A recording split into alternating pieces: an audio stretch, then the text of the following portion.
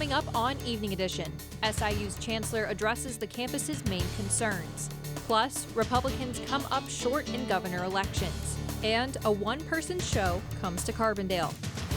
Live from Southern Illinois University, you're watching River Region Evening Edition. Interim Chancellor John Dunn gave the State of the University address today on SIU Carbondale's campus. Good evening, I'm Jacob Gordon. And I'm Jordan Smearman. Dunn discussed many questions the SIU community has asked, including updates on interim administration and reorganization. He also addressed the university's declining enrollment. Retention is also up at all levels. While the number of first-time students declined, the dip decreased, and graduate and transfer enrollment was flat.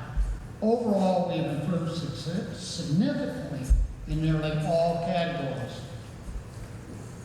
Although we may see more decline before an increase due to the small classes coming through the system, we are definitely turning the tide. Chancellor Dunn also boasted about SIU's research designation. In fact, we can say with pride that we are the highest ranked Carnegie High Research Activity University in the state. We'll have reaction to the State of the University address on tomorrow's Evening Edition.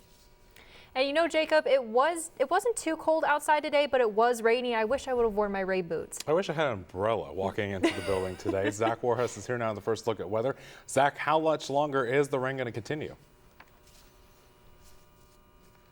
Well, it won't be continuing too much longer, but for the immediate future, as you can see, tonight, tomorrow morning, and tomorrow by midday, we will be having that rain. And you said it wasn't that cold today, but I hate to break it to you, that temperature is dropping all the way down to 38 by midday tomorrow.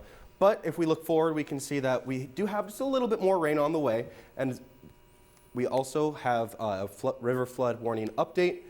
Be sure to stay tuned for my 5-day forecast and more after the break. All right, looking forward to it. Zach, thanks. Today, U.S. Representative Mike Bost announced a nearly $14 million grant for the Southern Illinois Multimodal Station project. The grant will be used to fund a demolition of the existing Amtrak station, as well as both the design and construction of a new multimodal transportation center in downtown Carbondale. Bost says the project will also provide over 100 high-paying construction jobs during the development process. A Jackson County jury has found a Carbondale man guilty of unlawful possession of weapons by a felon following a 3-day trial. The Jackson County Sheriff's State's Attorney says 22-year-old Deshaun Holmes faces 2 to 10 years in prison.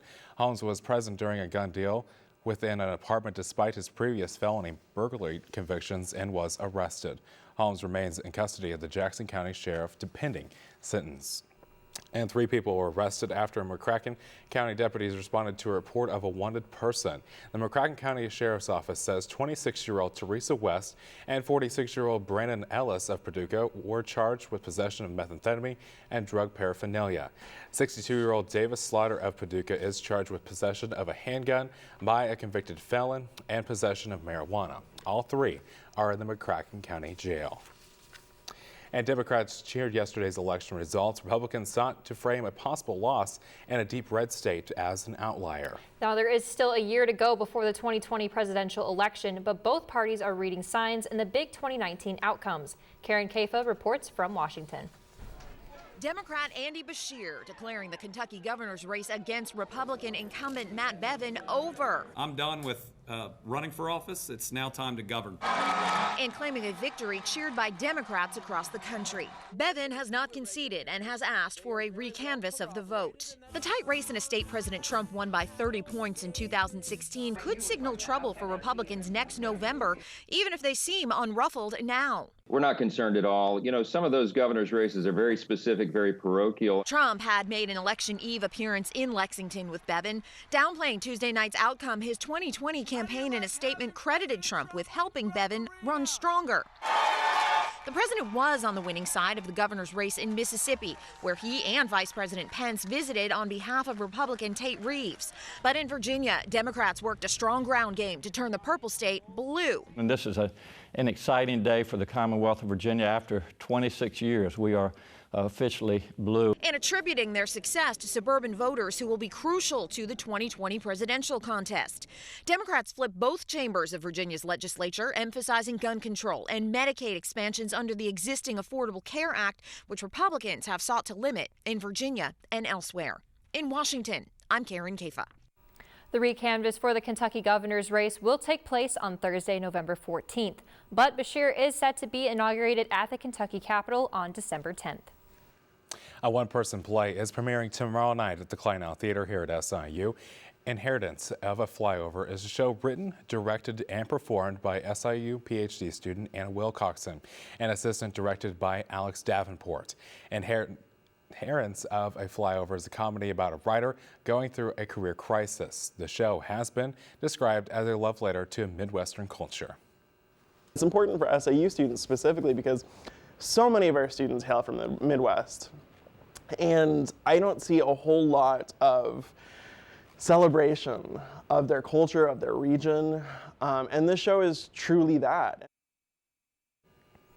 Inheritance of a Flyover is November 7th through the 9th at 8 p.m. Tickets are $5 for SIU students and $7 for the general public and can be bought at the door with cash only. Ahead on Evening Edition, the Democrats move into the next stage of the impeachment inquiry. Plus, can smoking tobacco be linked to mental health? You're watching Evening Edition at 5.